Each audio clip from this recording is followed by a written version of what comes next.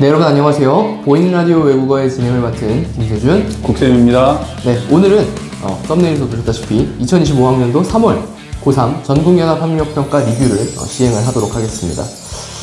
시험이 실시됐던 날짜가 그저께였죠. 26일이었습니다. 저도 이제 불이 나게 과제를 새벽 1시 반까지 마치고 나서 이제 새벽에 또 일어나가지고 버스, 지하철을 타고 오면서 열심히 풀어봤는데요. 저는 항상 점수를 앞으로도 객관적으로 공개를 할 예정인데 저는 77분이 걸렸고 인천에서 올라왔기 때문에 지하철 오래 탑니다. 77분이 걸렸고 92점을 받았습니다. 뭐 방송하는 사람이 그렇게 시험을 못 봐서 되겠냐라고는 지적이 있을 수도 있겠지만 1등급 컷이 78점인 것을 잘했어. 감안하면 아주 잘한 거지. 국어 공부 안 하고 이렇게 몇 달 동안 대학교에서 영어 강의만 듣다가 한 거 치고는 나쁘지 않다라는 생각이 듭니다. 일단 학생의 입장에서 좀 이번 시험을 총평을 해보면 어떻게 보면 새내기들 아닙니까? 저도 대학교 새내기지만 이제 고3 새내기들이잖아요. 그렇지. 이제 고3 따끈따끈하게 따끈따끈한 고3 새내기들 입장에서는 정말 공포와 충격을 가져다 줄 수 있는 시험이었다라고 평가를 할 수 있을 것 같습니다. 실제로 제가 과외하는 학생 중에서도 평소에 70점대 중후반을 맞던 애가 50점을 맞았다고 얘기를 하더라고요. 50몇 점을 맞았다. 멘붕이 왔다. 일단은 대부분의 학생들의 입장에서 보면 언매 선택자든 화작 선택자든 독서 이론을 먼저 풀 거고 문학을 풀고 그 다음에 독서로 넘어가는 식으로 보통 진행을 했을 것 같은데 일단은 오답률 1위가 문학에서 나왔을 만큼 문학 자체도 쉽지는 않았고요. 더군다나 전 좀 강조하고 싶은 게 두 가지가 이번 시험에서의 약간 포인트는 독서 이론이 쉽지가 않았어요. 어떻게 생각하십니까? 동의하십니까? 일단 수치에서 보여주고 있지. 독서 이론도 오답률 들 수 있습니까? 여기 10등 안에는 넣지 않았는데 네네. 10등 안에는 그러니까 독서 이론이 아무리 이제 어려워도 그쵸. 이제 오답률 상위권에 못 들어가. 그래도 처음이니까. 그런데 오답률 상위권에 못 들어갔다고 해가지고 이번에 시험이 또 만만했느냐? 그렇지 않은 거를 이제 하나하나 얘기를 해줄게. 네네. 일단 첫 번째는 그 언매 기준으로 봤을 때 1등급 컷이 78이라는 거. 정말 파멸적인, 이게 사실 아무리 어려웠던 해도 8 중에서 떨어지, 물론 재수생이 없지만 그래도 보통 평가원에서 어렵게 나왔던 것도 한 83 정도가 고3 모의고사가 1등급이 7, 나오고 8이라는 수치는 7, 8이라고 하는 수치는 몇 년 전에 고1 3월 모의고사에서 저 때입니다. 제가 봤던 시험입니다. 76이 나왔어 그때. 제가 1등급이. 그때 92점이었습니다. 기억납니다. 그때 76이 1등급이었는데 그거랑 거의 맞물리는 게 아닌가. 그러니까 새내기들이 고등학교 와서 그 문화 충격을 받는 컬처 쇼크. 완전 문화 충격을 받는 그런 시험하고 좀 비슷했다 이번 시험이. 그래서 결코 만만치 않았는데 그럼 왜 그랬는지를 한번 분석을 해봐야겠지. 이게 어느 정도 수치냐면 올해 수능 만점 표점이 140이 안 될 텐데 국어가 이 친구를 90점을 넣으면 제가 알기로 표점 150 넘어갈 거예요. 굉장히 어려웠던, 물론 이제 평가원 아니라서 표점은 의미가 없는데 어쨌든 어려운 시험이었고 일단 하나씩 좀 얘기를 해봅시다. 그리고 또 이제 하나 또 중요한 건 뭐냐면 네. 이제 오답률을 쭉 이제 나열을 해보니까 그러니까 1번부터 그러니까 1위부터 10위까지 오답률이 높은 문항들을 쭉 봤을 때 거의 1위부터 10위까지의 오답률이 거의 60% 이상이었다라는 거. 높은 수치죠. 그러면 굉장히 높은 수치거든? 이게 국어랑 수학이랑 다르잖아요. 수학은 그렇지. 막 60 넘는 게 흔한 일인데 그러니까 국어는 오지선다. 뭐 예를 들면은 오답률 4위와 오답률 5위의 그 퍼센테이지가 별로 차이가 없다라는 거는 그러니까요. 보니까 그래서 지금 보면은 고르게 어려웠다라고 보는 게 맞겠네. 그러니까 거의 한 10문제 이상은 굉장히 난이도가 더 높았다. 이렇게 지금 보여지는 거고. 네네. 그리고 지금 그러니까 오답률 1위인 33번 문제 같은 경우는 83%거든? 오답률이? 네네. 83%면은 찍은 거 17%가 정답률이다. 이 얘기는 그러니까 5분의 1보다 낮잖아요. 그렇지. 그러니까 알고 푼 학생들보다는 어떻게 우연찮게 그냥 이렇게 찍었을 때. 그러니까 마치 이게 이제 그 재작년 수능에서 31번 문제. 그런 그때도 이제 오답률이 한 70%. 그건 1위는 아니었습니다. 그때 1위는 15번이었어요. 그래. 그런데 그때도 이제 거의 오답률이 한 그 정도 올라간다 그러면은 거의 웬만하면 이렇게 그냥 알고. 그러니까 그때 이제 내 기억으로 수능 만점 받은 학생도 뭐 그거는 맞히기는 맞췄겠지만은 도대체 정답이 왜 맞췄는지 잘 모르는, 정확하게 이걸 설명해 보라면은 설명이 안 되는. 그러니까 지금 33번 문제 같은 경우에는 정답이 예를 들면 몇 번인데 그게 왜 정답이 되는지를 자기가 스스로 판단하기가 굉장히 어려운 문제라는 거. 그러니까 그런 문제들이 그 독서에도 몇 문제들이 포진되어 있고, 그러니까 내가 답이 아무래도 이거 같아? 라고서는 답을 체크를 해서 맞았다 하더라도 이게 내가 왜 이걸 맞았는지를 정확히 설명하기가 어려워.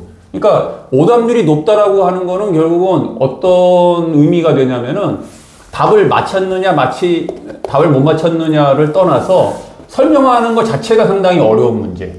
근데 이제 그거를 맞히는 경우는 왜 맞히냐면 나머지 선지가 잘못됐기 때문에.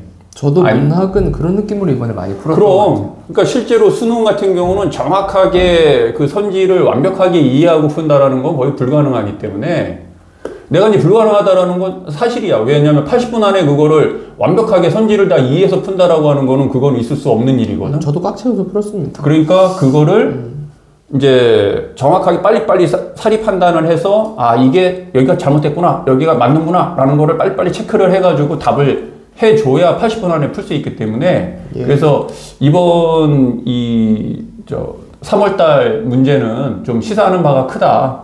특히 이제 앞으로 금년 수능을 어떻게 준비를 해야 될지 이런 것에 대한 어떤 그 바로미터를 좀 제시할 수 있는 문제였다 생각이 들고 그리고 이제 시간 관계상 빠르게 문제로 한번 들어가 보면 좋을 것 같습니다. 이제 그 어떻게 왜 이런 문제들이 이렇게 나왔는지 그럼 33번 문제가 이제 오답률 1등 오답률 1번이었어. 33번 문제. 일단 33번 문제를 한번 네, 진짜 이거는 개인적인 생각인데 이거 뭐 퍼스널한 입장을 내비쳐도 되잖아요. 저는 33번이 그다지 어렵다고 생각하진 않습니다. 네, 개인적인 생각으로 저는 독서가 어려웠다고 보고 얘 같은 경우에는 이제 생각보다 그래도 좀 이해가 되지 않나요? 왜냐면 얘는 일단 1, 2, 3, 4번이 너무 명확하게 맞는 말이에요.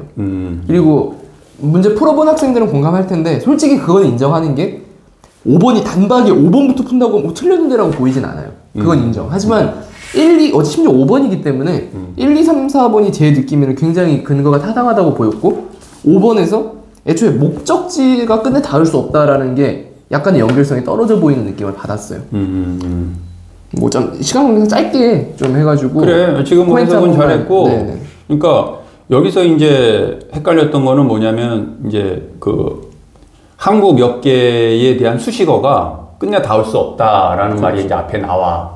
그래서 그거를 보면 아 항구 몇 개는 끝내 닿을 수 없구나. 이제 이렇게 말이 그렇게 문제를 연결시켰는데 그런데 거기에서 자신의 목적지를 끝내 닿을 수 없는 곳이라고 해. 진짜 무슨 얘기냐면 그 자신의 목적지가 끝내 닿을 수 없는 것이라고 인식을 한다라는 거에서 이제 깨진다라는 얘기거든. 그러니까 즉 항구 몇 개가 목적지라고 할 수는 없다라는 거지. 저도 동의합니다. 그러니까 그게 여기 이제 그 문제 푸는데 핵심인데 그런데 이제 나머지 선지들이 바로바로 읽고서는 해석이 안 되기 때문에 그래서 굉장히 어려운 문제였을 거라고 보고 그 다음에 이제 다른 거를 한번 좀 빠르게 살펴보면 네. 또 몇 번으로? 그리고 이제 엄매를 한번 건드려 보자고. 일단 33번. 그리고 항상 제가 화면을 띄우겠습니다. 문제는 편집하는 과정에서. 그리고 이제 엄매에서 그 39번이 이제 오답률 5위에 등극을 했거든. 원매 기준으로는. 요게. 그러니까 보통 이제 엄매에서 한 문제 정도가 좀 어렵게 나오잖아. 근데 요게 지금 오답률이 한 70%가 넘었지. 일단 지난번에 저희가 바로 직전에 업로드한 영상이 형태소였는데. 그렇지. 거기서 우리 나왔던 거 용품 나왔잖아요. 형태소 분석의 전형. 그러니까 그렇지. 솔직히 근데 저는 이게 그나마 조금 라이트한 게 막 어간이니 어미니까지 파고들진 않았지만 적어도 제가 그때 외우라고 강조했던 부분이 있었는데 실질 형태소 종류 형식 형태소 종류 다 외워야 되고 의존 형태소 종류 다 외우라고 얘기를 했었죠. 의존 형태소 종류가 접사, 어간, 어미, 그 다음에 접사, 그 다음에 조사 이렇게 외우라고 했었고 이제 형식 형태소 같은 경우를 이제 어미, 접사, 그 다음에 조사 이렇게 외우라고 얘기를 했었는데 하나만 물어봤어요. 어간이 형식 형태소냐 아니냐가 제가 생각했을 때는 1번이었던 것 같고요. 어간은 사실 실제 의미가 있잖아요. 의미가 있지 않습니까? 그러니까 여기서 이제 헷갈렸던 게 그 어간은 실질 형태소로 들어가는데 그렇죠. 그걸 찾기가 상당히 어려웠고 그렇습니다. 그리고 이제 이 전체적으로 문제의 특징이 뭐냐면 우리가 평상시에 그 접하는 그런 어휘들이 많이 안 나오지 않았다라는 거. 그러니까 보통 형태소 분석할 때 흔히 나오는 어떤 그런 사례를 여기서는 좀 이렇게 새롭게 갖다가 등장시켜서 근데 이게 이제 금년에도 수능에도 분명히 난 나올 거라고 봐. 그러니까 보통 이제 이게 문법 문제에서 좀 어렵다라고 생각하는 건 뭐냐면은 이론이 어려운 게 아니라 그 이론을 적용하는 그 사례가 좀 생소하게 사례를 갖다가 적용을 시키면 그게 좀 어려울 수 있다라는 거. 넘어가기 전에 딱 하나가 그 부분을 딱 얘기하면 조금씩이 대표적이죠. 그렇지. 조금씩 같은 경우도 그게 조금하고 씩인데 과연 그러면 씩이 뭐냐 이거지. 씩이 뭐 저도 올 때 커피 사오면서 여쭤봤는데 접사라고 하시더라고요. 이게 이제 접사라는 거지. 좀 몰랐습니다. 저는 몰랐어요. 그러니까 그런 것들이 이제 좀 헷갈렸던 거고 그 다음에 씩이 접사다. 뭐 핵감자 할 때도 이제 햇은 접사인 햇은 접사고. 그러니까 이제 그런 게 좀 헷갈렸던 거고. 그리고 여기서 이제 하나 좀 봐야 될 거는 저거지. 그 깨물다 할 때.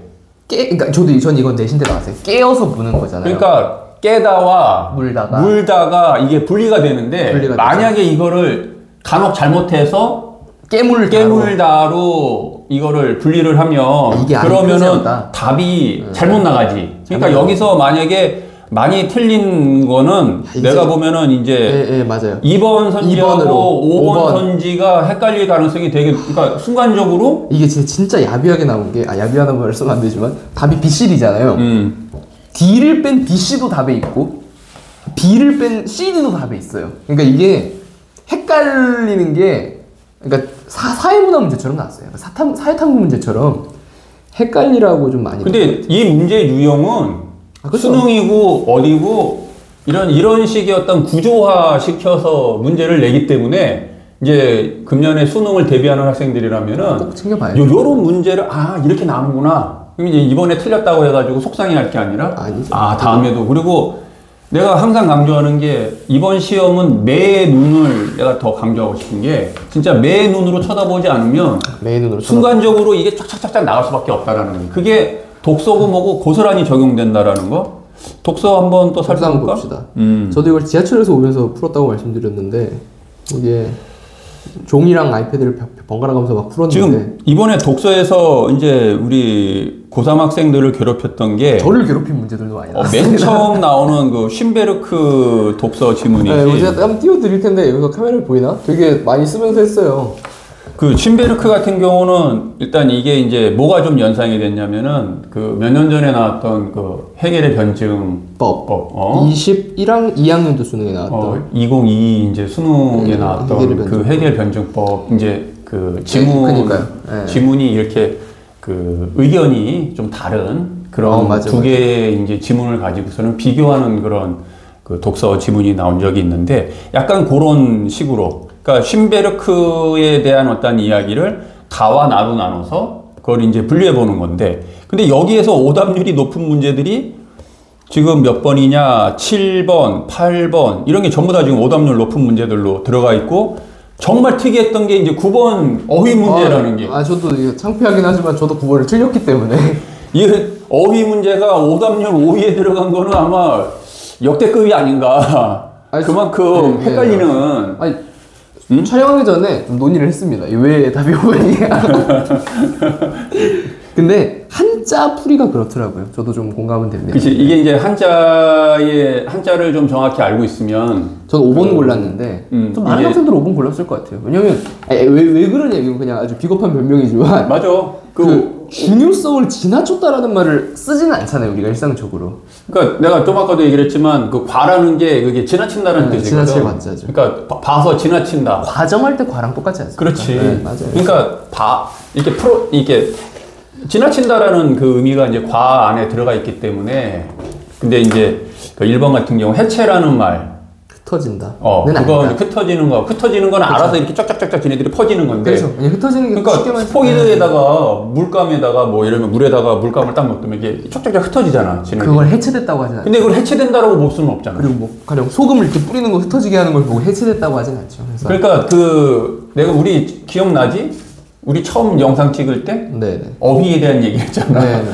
그게 상당히 기본이야. 사실은 우리 국어 시험 본다라는 게. 그래서 그런 거를 한번 좀 상기시키는 문제고, 그리고 여기서 진짜 내가 좀 이렇게 봤을 때 제가 꼽는 솔직히 오답률은 1등이 다른 독서긴 한데 제가 생각하는 원탑은 7번입니다. 제가 생각하는 원탑은 7번. 그러니까 이번에 특징이 뭐냐면 오답률 1등부터 10번까지의 문제를 이렇게 뭐 굳이 뭐 이게 3등이라고 해가지고 더 어려웠다. 아, 그건 아니에요. 이게 5등이라고 해가지고 쉬웠다. 이렇게 볼 수 없는 문제라는 거예요. 그러니까 상위 10위권 안에 드는 문제들은 이미 오답률이 60%가 넘었기 때문에 사실상 전부 다 이게 만만치 않았다라는 어떤 60을 제 기준으로 70을 넘게 되면은 사실상 거기서부터는 얼마나 헷갈리냐의 싸움이지 문항 자체의 난이도는 다 매우 고난도라고 보거든요. 그러니까 보통 내가 이제 학생들을 가르칠 때 45문제 중에 가장 초고난도 문제는 한 7문제 정도 출제가 되는 게 이제 일반적인데 이번에는 한 10문제 가까이가 그렇게 나온 거야. 그러니까 전체적으로 좀 쉽지 않았을 거라고 보고 그리고 이제 사실 내가 봐도 이게 7번 문제가 상당히 풀기가 어려웠을 거라는 생각이 드는 게 왜냐면은 여기서 이제 이 근거 밑줄을 쳐서 이제 그 근거로 삼았던 거는 그거거든. 이제 뭐라고 되겠냐면은 그 전통적 물감 사용법은 거부하면서 그러니까 물감을 예를 든 거야. 이제 비유를 했는데 물감은 그거를 전통적인 것을 쓰는데 그거를 그냥 고수해. 그런데 사용법은 다르다. 그거는 이제 슌베르크에 대한 비판이거든. 근데 과연 이거에 대한 그 가를 쓴 사람, 가의 어떤 그 입장을 주장하는 그 사람은 도대체 어떻게 이거에 대한 반박할 것인가? 찾기가 굉장히 쉬울 것 같으면서도 그러니까 쉽지 않았다. 세 가지를 해야 돼요. 가의 입장도 이해해야 되고 그렇지. 나의 디귿도 완벽하게 비유가 무슨 비유인지 파악해야 되고 심지어 이것에 대한 반박까지 생각을 해야 되기 때문에 근데 아마 이 비유를 이해하지 못했던 친구는 없을 거라고 보는데 비유는 쉽죠. 비유는 근데 그 비유가 도대체 왜 여기다가 이렇게 적용을 하지? 라고 했을 때 상당히 좀 어려웠을 거라는 생각이 들거든. 그래서 이제 핵심은 네네. 여기서 이제 말하는 그 12음 평균율이라고 하는 거와 그 다음에 이제 슌베르크의 12음 기법과는 이제 가에서 말하는 거는 다르다라는 거예요. 근데 그렇더라고요. 나에서는 그거를 같게 본 거고 근데 그 다르다라고 하는 근거는 뭐냐면은 거기 이제 본문에 보면 그가 고안한 12음 기법이라는 말이 나오거든. 그래서 그리고 여기서 이제 중요한 거는 그가 고안한 12음 기법은 어떤 뭐 음들이 반응 간격으로 조밀하게 배열돼서 조성의 경계가 좀 모호해진다라는 거. 그러니까 분명히 기존의 어떤 그 평균율이라고 하는 거하고는 분명히 차이가 있다. 그러니까 거기에 대한 반박이다라는 게 이제 7번 선지인데 사실은 여기서 5번 선지 같은 경우에도 상당히 좀 헷갈릴 수가 있는데 이거는 왜 헷갈리냐면은 저는 5번 골랐습니다. 장조와 단조의 구분을 없앴다. 근데 분명히 이 말이 좀 그럴싸하거든? 근데 이 장조와 단조의 구분을 없앤 거는 아니거든. 그러니까요. 그게 모호해졌다라는 거지. 그러니까 이게 반박인지 아닌지도 봐야 되고 사실관계가 응하지 않는지도 그리고 봐야 또 되고 이 중요한 건 그 사용된 어휘가 어려워요. 완전히 그게 그 분리를 한 거냐? 그건 아니라는 거죠. 아니면은 모호하냐? 이건 다르다는 거. 알겠습니다. 그게 이번에 굉장히 많이 적용됐다. 그래서 결론은 어쨌든 네. 그 매의 눈으로 쳐다봐야 된다라는 거고 그리고 그 어휘의 사용이라든지 이런 것들을 좀 꼼꼼하게 챙겨야 되는 그런 그 문제였다라는 거. 그래서 결코 좀 쉽지 않았을 거라는 생각이 들고 수능도 이런 식으로 나온다. 네, 저도 마무리하면서 한마디만 보태면 한마디씩 코멘트를 하면 그 슌베르크 매우 어려웠고요. 사회과학 지문에서 12번 같은 경우는 꼼꼼하게 좀 봤어야 되는 문제다. 이게 1등이었어요. 그 다음에 14번에서 17번 혈압 문제 같은 경우는 과거 비타민 K 카르복실한 문제가 굉장히 생각이 많이 나는 제가 사진 한번 띄워드릴게요.